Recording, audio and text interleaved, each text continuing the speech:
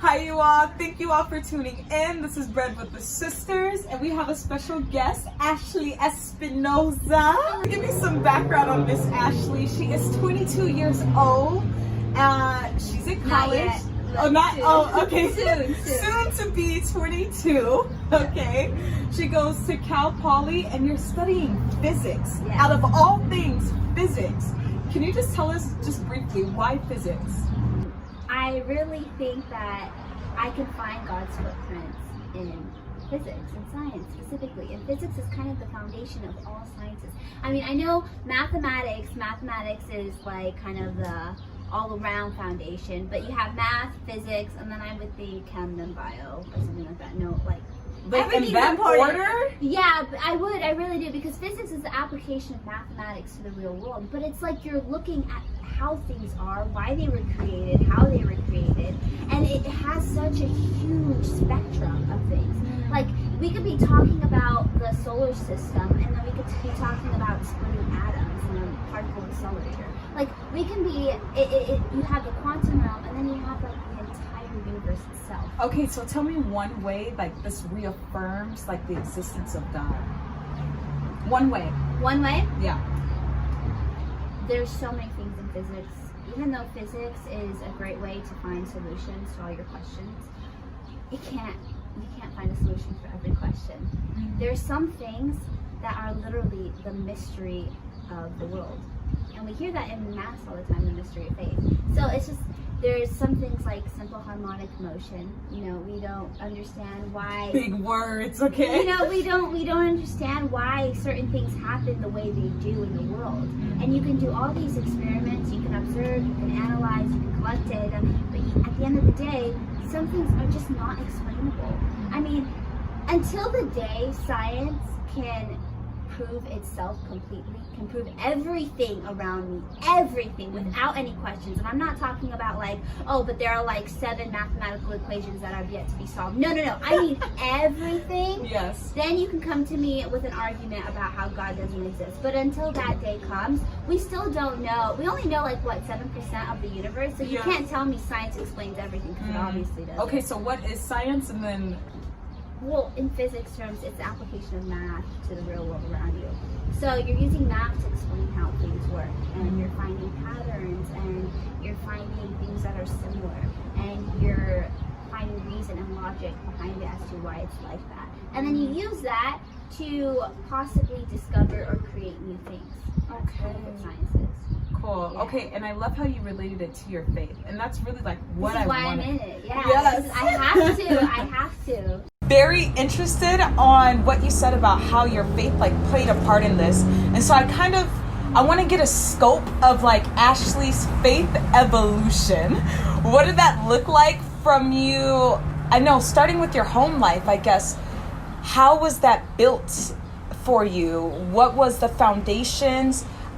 Is it like it is now with your faith? Because it seems like, you know, it's very embedded in you, and even in your sciences or with your studying, like you see how it ebbs and flows. So I just want to know, was it always like that before? Were you groomed that way? So I come from a very big family. I have a lot of aunts and uncles, and they're all Catholic, every single one of them. So I was Catholic since the cradle. And growing up, my mom, I come from a single parent household, so it's just me and my mom and I for most of our life. And it was kind of hard because, you know, there was a point where we kind of strayed from our family, where it really was just her and I. And her faith, you know, as a child, I was very reliant on her stability in the faith. So if my mom isn't, you know, constantly practicing, if she's not constantly going to mass and installing these things in our relationship, I don't really have anywhere else to, you know, I don't have another source of faith other than my mom. Yeah. So, I mean, she kind of went through her trial period during that time, and we weren't really going to mass. I think I even went to a Protestant school at one point. Okay. Yeah. It was, I didn't know much about, I didn't know much catechism about the faith. I was just kind of following my mom, going day by day, living my life. And, you know, as a child, you're not really thinking about big questions like this because you're not taught to ask big questions. And so there was no, I guess I want to just understand, okay, so you barely went to church. We right? went, yeah, not really. Not really. Yeah. Not really reading the Bible, not... She did have it was consistent, the idea that God is in my life and that he loves me. That was the most consistent thing throughout my childhood. Okay. I would have to say. Yeah. And so how does that carry out? So you don't develop? know anything. When did it click for you? Right. Well, coming from having only a mother, I always had a part of me that like longed for my dad. And my dad's in my life. He's just like, it's once in a while. It's not very constant or consistent. So I really looked at God as what I could. Like, I took God as my father figure. So I kind of try to build that relationship with him. Like, I'm his little girl, you know? Yeah. Because every time I would get into like a rough spot with my mom and we would argue or something, I would always kind of think of, like, God loves me.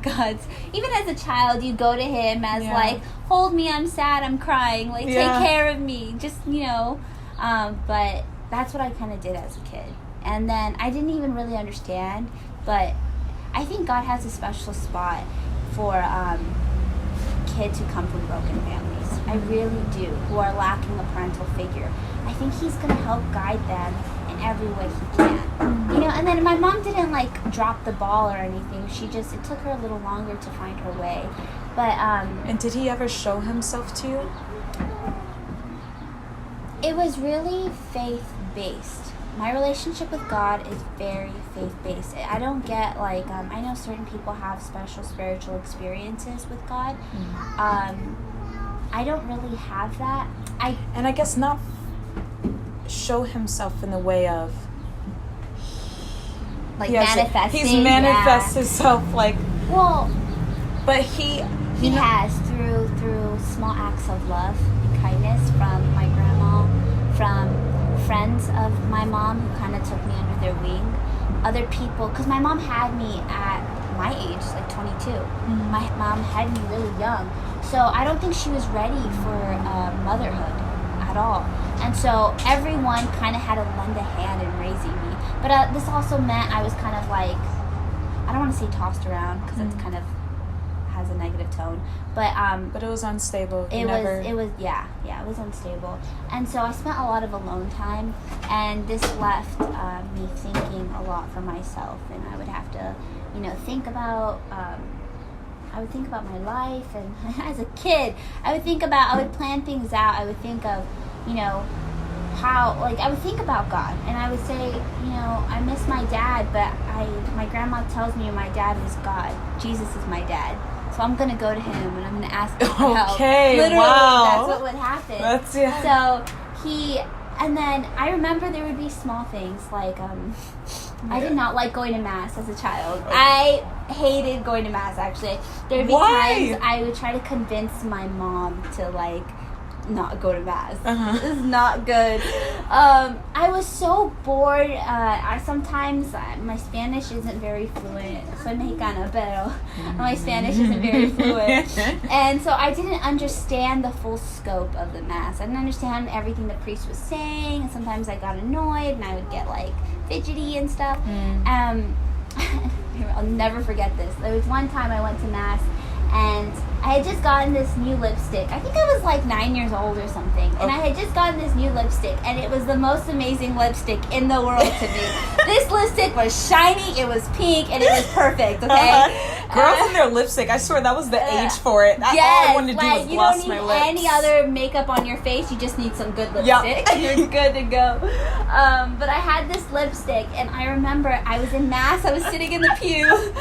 And I was applying that thing. I was just sitting there. The priest was talking. He was giving his homily. I was not paying attention. I was just like, right there.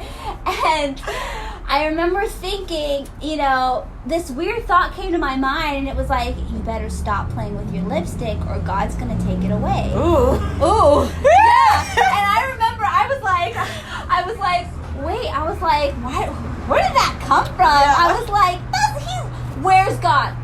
Take it from, like, I was so Wait, this defiant. is your thoughts? This is in my head. Yeah, I'm not crazy. But this is like, as a 9-year-old girl, I remember thinking, like, he's not going to take anything. I have it in my hand. Yeah. Like, God's not going to take, I don't know where that thought came from. And so I continued playing around, not listening. Right. And sure enough, now it was time for communion. And I got up. When I went to go, I don't think I took communion. I went to receive a blessing, and I put the lipstick in my pocket, and I go up, and I come back to my seat at the pew, and I look, and sure enough, it's gone. It's completely gone, and I'm like, he took it away. I was like, oh my gosh, no, but I refused to believe that he took it away. And there was no guilt on your part, thinking, oh, I shouldn't be applying this in Mass? Yeah, no, I think that's where that thought kind of came from. Like, you better stop, pay attention, because you're supposed to be listening to Mass. There's always a part of me that was kind of guilty, that felt shame and guilt. But, you know, the kid, stubborn, defiant side of me was like, take it from my hand, God, let me see you. Like, and in a way, it's like he's trying to, like, lead you towards him, you know? He's constantly... Yeah. You know, that could have been my guardian angel putting that thought in my head. You know, like, trying to lead me towards grace. Right. And was there, like, more moments like that where it's like... Hold on, let me finish. Oh, okay, yes. It's a good one. Hold on. Oh, it doesn't end from there. Oh, okay. So I thought and I was like, he took it away. So I sent my cousin back up the aisle to go check if I dropped it on the floor. Wait, this is still during communion? This is still during communion. And I sent my cousin, I said, go look. I think I dropped my lipstick, and she went up and down. She came back, and she's like my little cousin. Mm-hmm. She goes, no, Ashley, I didn't see any lipstick. And I even walked, and I didn't see anything. And I was so upset, and I was like, I lost my lipstick. And then another thought came to me, and it was, well, maybe if you pay attention for what's left of the Mass, he'll give it back to you. And I was like, okay, whatever, it's okay, fine, you know. So for the rest of the Mass, I stayed quiet and I listened. And I did actually, I think I prayed like Our Father and a few Hail Marys. Yeah. And then I remember it was time to officially leave the church. And so I was like, that's it, like my lipstick's gone. I lost it in the church, I'm never gonna find it again. So we were walking back to the car, and I just wanted to get in the car and go home. So I ran to the car before my mom does, and, you know, I yell, Mom, open the car, you know. Mm-hmm. And she has her remote, she opens it. I get in the car, and I open my little baggie, and there's my lipstick. And I was like, wait, because literally, yes. And there was my lipstick. I opened the bag, and I was like, and I was, from that moment on, were you paying attention? So small, yeah. Something so small like that. As a little girl, that was like, my faith from that day in God was solidified. And it's kind of sad that it took a little miracle like that, but I mean, it just... No, he has his ways, and that's what I mean. Like, how has he showed himself to you? Because in a way, that's him... showing himself. To me. Like, he was so kind though, because you would think, you know, I mean, if I were a mom and my kid's playing with her lipstick during Mass, I'd take that away, and you're not getting this back until like way later. But you know, I got it back the moment I left the church, the moment I got into the car. And it's not like my mom found it and put it in the bag, because I reached the car first and I asked her to open it. And that's why I was like, it was beyond all logic. And so I was like, from that day on, I was like, God is listening to me. Yeah. He sees me. They were right. You know? Wait, so how old were you when this happened? I was 9. 9. Okay, and now you're saying, like, it's solidified. Well, it kind of, my faith in him was very, like, I believed, you know? Okay. You know when you believe in Santa? Yes. I believed. It's not the same thing, obviously. Yeah, I got you. I believed without a doubt. I was like, wow, he is there. I was like, I had no other way to explain it, you know? And it stayed with me. I still remember it like it was yesterday, and I was 9 years old, and I'm like 21 now. So it's kind of crazy. Did you start a pursuit for him then? Did you start to want to know more? So I've always kind of been like conservative. I guess you would say. What does that mean? What does Conservative. that mean? Well, you know, like going into middle school, I feel like middle school is everyone's moment to like really. That's when you make the mistakes. They say high school, but middle school is when you're going from that childhood to that adolescent. Yes, you're kind of it's growing a weird up. in between. It's so weird. Yeah. So I went through it like kind of that. It got bullied really bad in middle school, like really bad. I would go home like crying all the time. Yeah, that was really hard for me. But that definitely installed humility in me, to say the least. I have never heard anyone say it that way. Yeah, bullying and installed humility in me, so that was a plus. Yeah, I mean, I would, certain things would stick out to me. This is how our Lord talks to kids. I really believe this, because you watch movies and you have little things from them. I may not pay attention to the entire mass, but there will be little things that the priest say that'll just stay in my mind. Like one thing, just one thing, and it'll just stay with me. And I remember it was the one that was like, if they slapped our Lord across the face, so he turned the cheek to let them slap the other side, right? That stayed with me. So all throughout middle school, I kind of kept that motto. So they would get teased, I would get bullied, and I would get so upset, and I'd have anger, and I'd want to lash out, but a lot of the times I would just take it. I would just be like, okay, you know, this is, I didn't even know what to do a lot of the time. That's a beautiful lesson. Yeah, I mean, it's definitely. And I think that's hard too for people, especially when you're going through so much, to sit there and turn the other cheek and allow them to do the same. Yeah, because it's not like they were insulting my mom. They weren't insulting God himself. They weren't insulting my faith. They were insulting me. So I remember But doesn't that hurt your ego even more? Doesn't yeah, but I mean, I think that's the best type of hurt, you know? There's a difference, because I remember thinking like, well, I don't want to be walked all over, you know? I don't want to be a pushover. Right. I mean, God can't be mad at me for not wanting to be a pushover. But throughout the years, this just really came with experience and maturity. I've learned that there's a difference between letting someone insult you, your character and everything, versus someone insulting someone you love. There's a holy anger, and then there's just anger that's not worth it. So if someone's like insulting my physical appearance or insulting my character, and it's not really going to do much damage other than just hurt my feelings, then that's the time to let it go. But if they're spouting blasphemies about God, about the Virgin, about Our Lady, you know, and they're saying horrible things, then that's when you get mad. I think it was Saint Nicholas, right? Yeah. Saint Nicholas, he slapped a bishop. Oh yes. That is like, you would think, you know, don't like be aggressive, don't show anger. But he straight up, when it came to like speaking blasphemies against our Lord, exactly, because he showed anger, and he was like, no, and he straight up slapped him. He put him in his place. Literally. So that's the time to get angry, when there's injustice done, you know. But why is it easy for you to suffer through that when it's just to you? It's not easy. It's not easy at all. No.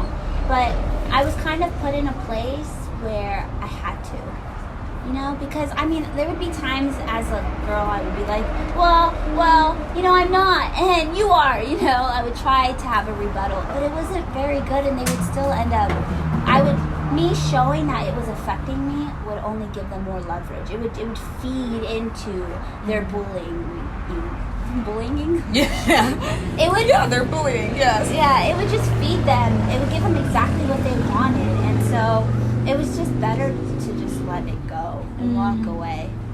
Yeah. And so all this time, like, are you still? But you know what, Raven? Yeah. During this time that I was being bullied, I looked for peace, and I looked for God, and after school. This is in middle school. After school, I would walk up the street to a Catholic church, and I would go sit in the church. And I remember there were sometimes, I know now you're not supposed to do this. You're not supposed to do this. But as like, I think I was like 12 or 13, I would go, the entire church was empty, because this was like 3 p.m. There was really no one there. And this was after school? This was after school. Okay. I walked to the church. And I would go up to the altar, and we'd have the altar. I'd literally go up to the altar, right to the foot of the cross. And I would, you're on the altar. I'm where the priest offers mass. Okay. Literally, I touched everything. And I would sit on the floor behind the altar. Like usually, if you go to like a Novus Ordo mass, you see where the priest gives the right, the and mass. they have it in the middle. Yeah. Yes. They stand and they face the congregation, and they have the altar in front of them. Yeah. Right where he's standing, I sat there. You sat, okay. And there was actually, it was a marble table, right? The altar was marble. But inside, there was this little, like, square opening, and I think it was for, like, wires. And it had the metal plate there, but the screws had come off. Like, it was undone. And then you can kind of open it. So I would write... So I would sit there and I would write letters to God, because I figured if there was a mailbox for Christ, for God, Ashley, it would be in the altar. So I would sit there and I would write letters and I would stick it inside the altar, and then I would close it. And I would write to him and I would ask him for things. Sometimes I would just talk about my day, and I'd fold them up into little notes and just stick it inside.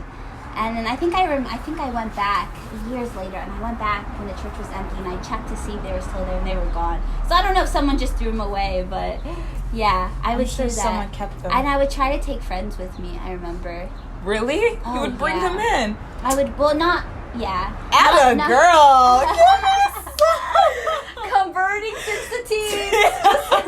I'm kidding. No, I remember there's a lot of kids in middle school. If your parent is not active in your life during this time of, puberty and like self-discovery, you're really trying to figure out what's right and what's wrong. Right. Instead of being like curious. They're doing such. It was a public school, so there's too much to get bad into. Influences. Yeah. So much bad stuff out there, and so especially if your parent isn't like overlooking, what you're doing, who you're talking to, what you're seeing on your devices. Yeah.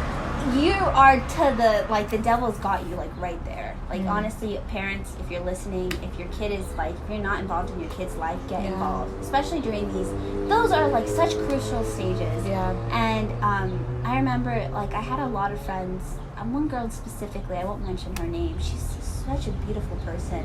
She went through a lot, and it was just her and her dad. And she loved God. It was so innate. It was so genuine and honest. And I had her in middle school. She was kind of bullied too with me. And you were about like 12 or 13 now? Yeah. Okay. Yeah. And I remember I took her to the church with me, and she fell in love with him. She fell in love with him. Her and I started collecting little prayer cards, and then we would go to the church every day. She went home and built her own altar. This is beautiful. She's not Catholic. Look, she's not Christian. She's not Catholic. She wasn't anything. Her dad didn't raise her in any type of religious-based home. It was just like, do whatever you want. Like, I'm your parent. I give you the okay, but do whatever you want, right? So that's what she did. And I remember being with her, and there would be times I would get so jealous because my family loved her. My family was like, wow, she's so precious. We love her. And I was like, okay. But what about me? Yeah, what about me? But I loved her too. I really did. I do still love her. Unfortunately, we kind of grew apart. But you know what's really profound is the fact that still at this time, like, you still weren't going to church that often. It was just your random happenings at this church up the street from your school. And truly, it's just the love for him that's brought you. Even with your friend, it was the love for him that brought her to him. And it's kind of like, seek me and you will find. Knock and the door will be open for you. Yes. And it's all those things. It's like, oh man, that's beautiful, man. Ashley. Yeah. Wow. He took me to his home. And when did you start, like, finally? This stayed with me all the way into high school. Really? So I developed this type of relationship with our Lord in middle school, and then into high school. It's just blooming. It was blooming, but I didn't get like super serious about it still, because I was going to mass much more consistently on Sundays, every week. But it still wasn't like fully embedded in my identity. You know, Yeah. Christ being a Catholic was not fully embedded in my identity, but I still was very sensitive towards certain things. And I feel like if you truly, as a child, if you accept God's love and you want to love him back, he makes you sensitive towards sin. So I remember, like, in high school, my friends would be doing stuff. My best friend was atheist in high school. Like, I would have people who were extreme opposites of me who would come to me and be my friend. And, you know, a lot of times they would be like, why do you hang out with this person? They're a bad influence. Or, you know, you shouldn't do this, you shouldn't go with them, go here. And a lot of times, like, I did have to learn some hard lessons, but I was able to stay, like, I'm not saying I didn't really do anything bad in high school. Like, I didn't drink, I didn't smoke, I didn't date around, I didn't do anything. Like, if anything, I was very fearful of those things. I feel that our Lord made me sensitive to those things. You know, I think when you don't really have, my mom wasn't always looking over my shoulder. She gave me a lot of freedom in high school, which, I mean, to a certain extent, I thank her, but also... But you were never, like, you never gave in to the pressures. No one ever, no. Especially with friends, and you said that they're completely opposite of you. They weren't like, oh, here, Ashley, take some of this, they would, but I wouldn't. And, you know, sometimes I would... This is so sad. I would try to be like, maybe you shouldn't do this either. Good girl. And a lot of them felt like I was judging them, and I would say, no, I'm not judging you. I'm praying for you, but I'm not judging you. Like, I'm not, and I wouldn't. And I felt so bad because I feel like people go through so much in high school. You know, you make mistakes. You go through a lot of things you're ashamed of, and there's not really much you can do to make them feel better about that, other than just show them, like, it's okay. You know, do the right thing now. Things will get better. You know, so. I love my friends. I still talk to a lot of them today. So, but it wasn't until after high school that I was like, fee fi fo fum, I am Catholic, hear me roar. But did you ever date in high school? No. You didn't date? No. You never wanted to date? I had crushes. I had like 2 guys in high school, but I didn't. And you weren't like boy crazy, like No, I'm telling you, I was sensitive because I got asked out. I remember there was a guy I liked, and he asked me out.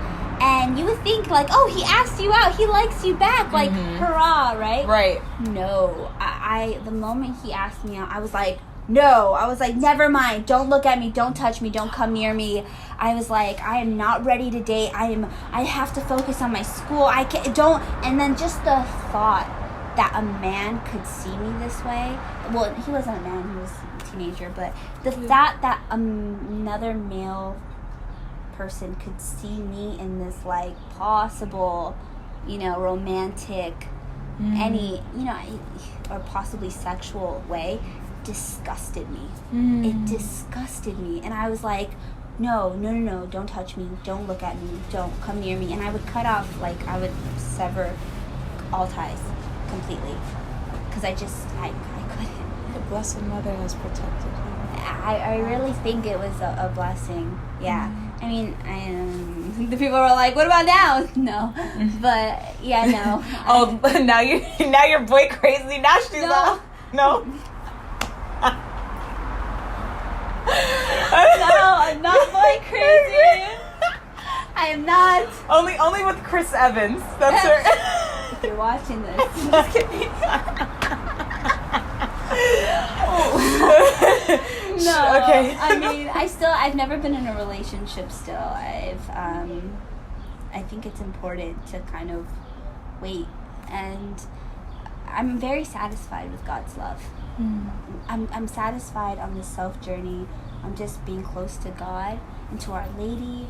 They have so much love to offer. Why do I need to be in a relationship to find love in someone else? And the only reason why I would do that is if you're thinking about motherhood, right? If you're thinking about growing in family, you know, building that type of foundation, that future. And I mean, I'm 21 and I haven't gotten my bachelor's yet. I'm still trying to do that. So I'm not really looking for family life right now. I mean, I'm open to it if I were to meet someone who's amazing and makes me want to leave my singlehood, then of course I would do it. But I haven't met anyone that's like. And you say you're like conservative, and I know some like conservative mindsets think there's like two extremes, you know? There's always Mine is very logic based. Okay. Very logic based. I don't understand why there is, you know, things have to have meaning. What is the purpose of living your life if you don't do things with meaning? So if you're just fooling around and like, I can go around, I can go sleep with a bunch of guys, I can go, you know, do bad stuff, but I'm still going to be alone. You know, I'm not going to be satisfied, and if anything, I will be so saddened and ashamed of myself because I hurt God. Yeah, it would be bad. It would be the first time I got drunk, Raven. Yeah. The first time I got drunk, I got inside to my cousin's apartment, and she had a big picture of the Divine Mercy, our Lord. And I was drunk, and I remember, even in my drunken state, I felt horrible and shameful about being drunk. Yeah, that's and I threw myself at the feet of the image, and I started saying my act of contrition. And I was like, I'm sorry. I'm sorry. I won't do it again. Literally, I started saying my act of contrition. It's funny, I don't remember anything else, but I remember that. And I just, like, I think that if I were to follow this path of sin, it's going to lead me away from God. And I don't want to be away from Him. I want to be close to Him. So, and then also, like, if you think about it, why am I going to, you know, give up my chastity, give up, you know, all the, like, part of my body, and then, you know, that opens doors to possible pregnancies, that opens doors to more sin, me having. But people are like, okay, what does it matter? Like, it's my body, I can do what I want. What are the real repercussions for them? Obviously, I can't infringe my religious beliefs on other people, but you have to think about it logically. It's your body, it's your choice. It is. And when you decide to, like, let's say sex, you decide to have sex, what is the most immediate consequence of sex? Pregnancy.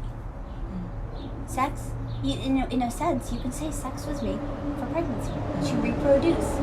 So, you having sex, and you're making this choice. You know, I'm talking about the 97% of women who go into sex, you know, consensually. They're making this choice to partake in this sexual action. And in that choice, they are agreeing to the possible consequences that it could lead to, which is pregnancy. So if you don't want to get pregnant, don't have sex. I'm sorry, like, and you know. And so what do you think then about abortion? Oh, and it's horrible. It's horrible. And why? Because, you know, it's my body, it's my choice. You agreed to have sex, you get pregnant, that is not that baby's fault. And you know, I know. And a lot are saying, like, it's not a fetus, baby, it's a zygote, it's a clump of cells. From the moment, I cannot preach this enough. Yeah. From the moment of conception. The moment of conception, there is a unique DNA sequence of a human being created instantaneously that will never be created again, and it's never been created before. That is a person. That DNA sequence is not. It's so unique. It's a person right there. The DNA is already created, and that one moment, abortion kills that. It literally kills that. So, it's your body, you've made your choice to have sex, and now you have another person, and now that's not your body. So now you have to take care of it. You have to accept these consequences. And I think it's too, like, a big part of it is a lack of responsibility and accountability. Yes. No one wants to be held accountable for their actions, so what do? You know what it is? No one wants to say no to themselves. And no. No one, you want to tell me, why am I going to refuse myself the sensual pleasures I could possibly have tonight. Live off of every desire that you want. Why?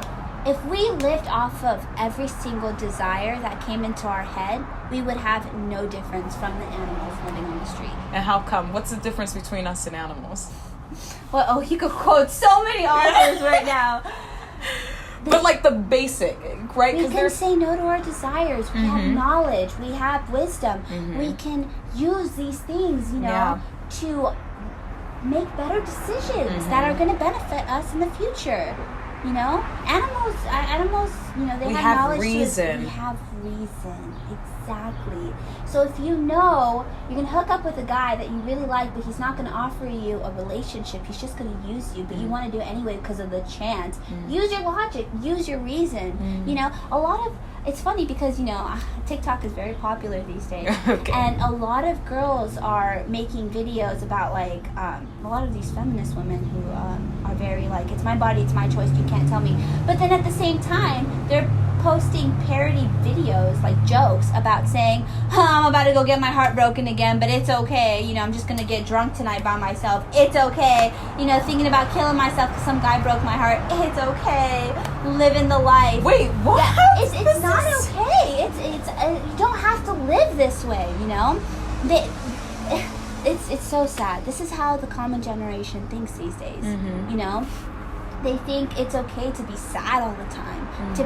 It's okay to be sad, but not all the time. And why are you sad? What's making you sad?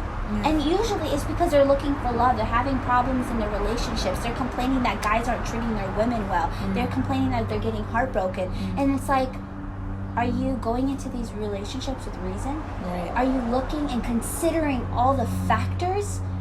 If you are, why would someone want to get in? What's the point of someone getting into a relationship?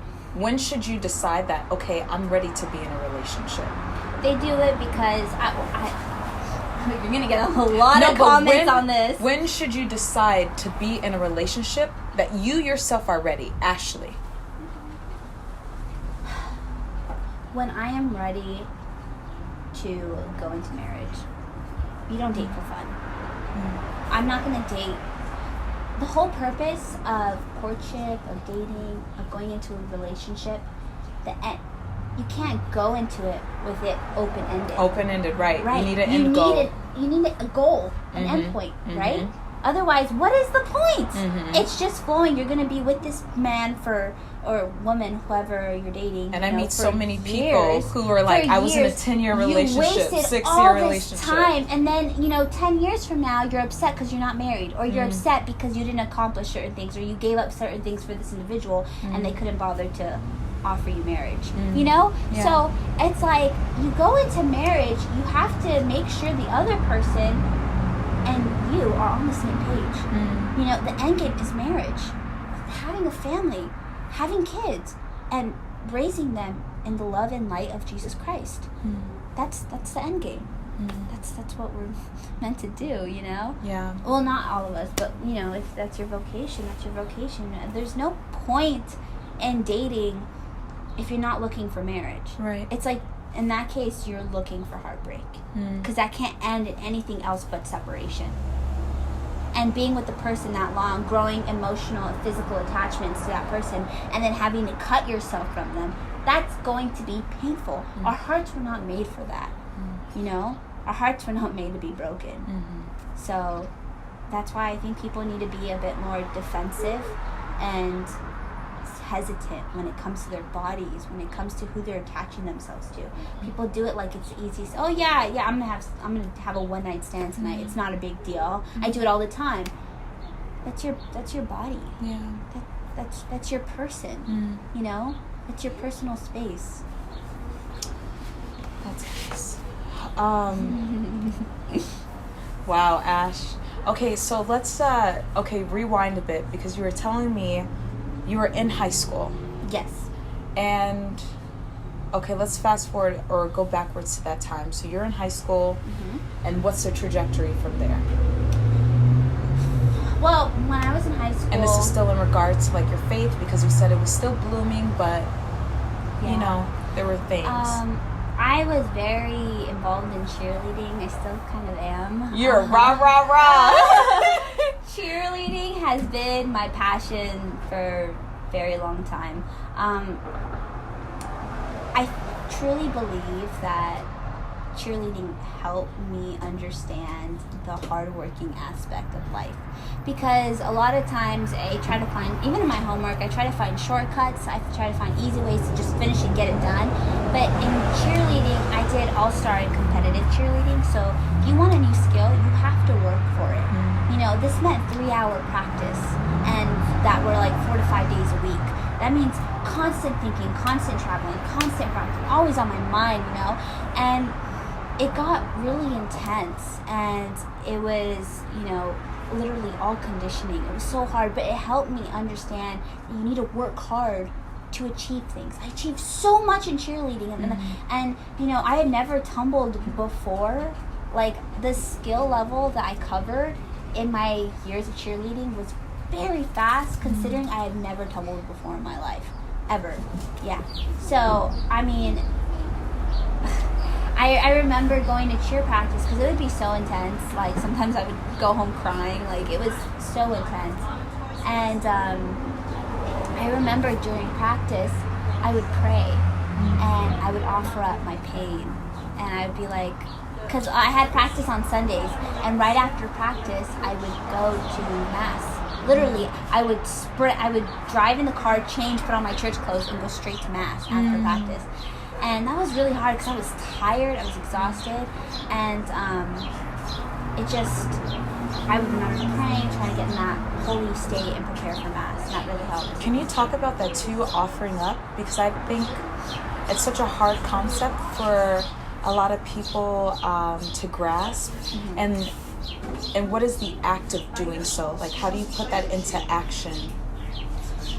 Well, when you offer something up, it can be anything, right? It can be doing the dishes, it can be small chores, it can be something big, like when you're working out and you're like really struggling, you know, your whole body's in pain. You're offering it up. Well, I like to say that I offer it to Our Lady, that she may best use it. There's actually a morning prayer. I think you know it, right? I offer it to Mary Immaculate, that she may use it in my best interest. So when you offer things up, we have to realize that our sins, although they're forgiven when we go to confession, it doesn't mean the price has fully been paid, right? We're forgiven, but we still really need to pay the debt. And do we know the full debt of sin? No, we don't. It's extreme. You know, only our Lord was able to, you know, circum that debt of sin through crucifixion. So that's kind of like what our offerings are, the little crosses that we carry to show, like, okay, this is me kind of paying the price, you know, and I'm offering it to God. I will we have to suffer remember, along with you. yes, God, because a lot of people think, you know, why do I have to suffer? If I just love and accept God with all my heart, He already died on the cross. I don't need to pay the debt. He already paid the debt. God's life in every way should be taken as an example for all of us. He came on this earth and He lived a happy life, and then He lived one of suffering. We can't expect to follow in His footsteps and then also expect not to suffer. Okay. All right, Ashley, just to wrap it up, okay, tell us, how do you integrate this in your life? Just a brief integration of how do you live this moment to moment, day to day, for all the people who are watching and trying to get an idea for how to do this for themselves. I think it's really important you surround yourself with like-minded people. So I have great friends that I try to keep in my life, and I keep contact with them, and we kind of become accountability partners. Yes. Yes, and we're like, hey, did you pray your rosary today? Did you... Say Bridget's prayers. Yes. Yeah. Good one. That's a good one. You know, no, like, sometimes I'll be, especially with the coronavirus right now, we have to listen to Mass on a live stream. Right after a homily, I'll text Ray and I'm like, girl, did you hear that homily? I'm like, you already know. Yeah, so it's important because support is so crucial when building your Catholic faith. You know, you need a good support system. You need people who are going to live it through with you. You know, people you can relate to, and that will help you carry your cross when you need extra help. So I would definitely say that's been huge in my life. And then also, as I said before, looking for ways to please God in every little thing I do. My homework, my chores, everything. That's good. Awesome. Well, thank you, Ashley, for joining us. Thank you for having me. This is Ashley, Bread with the Sisters. Thank you all for watching. Please remember to like and subscribe and recommend to a friend. Thank you. Bye.